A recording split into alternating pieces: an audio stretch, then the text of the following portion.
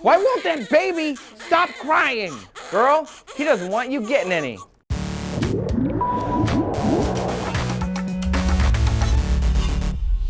Hey babies, Trace here for D News. Thanks for watching. Part of being a new parent is dealing with a wailing infant, sacrificing sleep and sanity to keep this new little creature thing warm, calm, quiet, and fed. A new study in the journal Evolution Medicine and Public Health is bringing the reality of your little bundle of selfishness to light. Babies don't want siblings. Think about it. If your baby is screaming and crying, that's not exactly the sexiest environment for making another baby.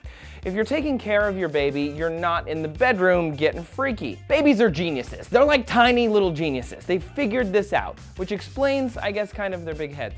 Because, you know, genius. Anyway, newborns want to eat every 2 to 3 hours. So evolutionarily, newborn eating means breastfeeding. There have been numerous studies showing the hormones, antibodies, and nutrients pass from the mother to the child during breastfeeding. And breastfeeding has also been connected to hormonal changes responsible for a lack of motherly ovulation. No eggs means no new babies. It turns out over the first year of life, the newborn's crying habits can change depending on the genes it inherits from its parents.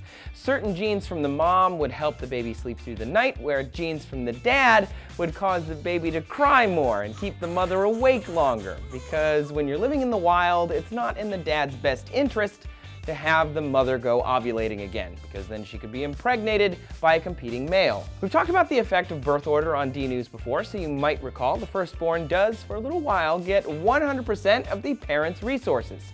That monopoly has a huge developmental advantage. So it's not just in the best interest of a dad to keep the mom from breeding again, but also the new kid too.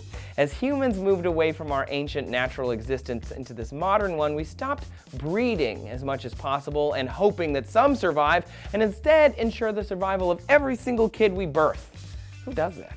Very different evolutionary imperative. This conversation inevitably finds its way to a simple evolutionary question. Why would we evolve super loud babies if we're hiding from predators in the wild?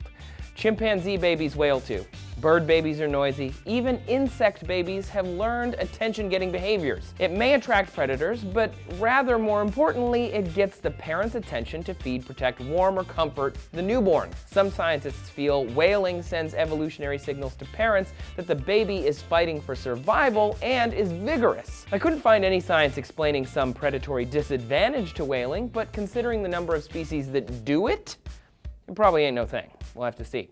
In the end, hunger and sexual discouragement is just one of many reasons babies will wail through the night. They'll also cry to announce their pain, their anger, or their fear. A study in the Spanish Journal of Psychology looked at infants' subtle body language to find out which of those. For example, open eye crying means fear or anger. Closed eye crying is pain.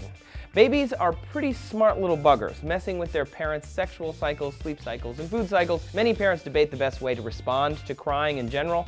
I'm not here to settle that, but over time, primates respond less and less to their babe's wailing, and the kid then learns to do things on its own. You humans are just gonna have to decide for yourselves. Babies are weird, and they're gross, and maybe something else, like beautiful, perhaps? If you like things that are weird, gross, and beautiful, click here to see my friend Katie Wayne's show about weird, gross, and beautiful things. Sometimes tiny males can successfully mate with a female via female impersonation. He's just like, oh God, oh God. It's fun, and it's cute, and it's fun, and it's every week, and how do you feel about babies after this, though? Tell us in the comments below, and subscribe for more weird news. Plus, I'm on Twitter. Come find me, @TraceDominguez. Bye.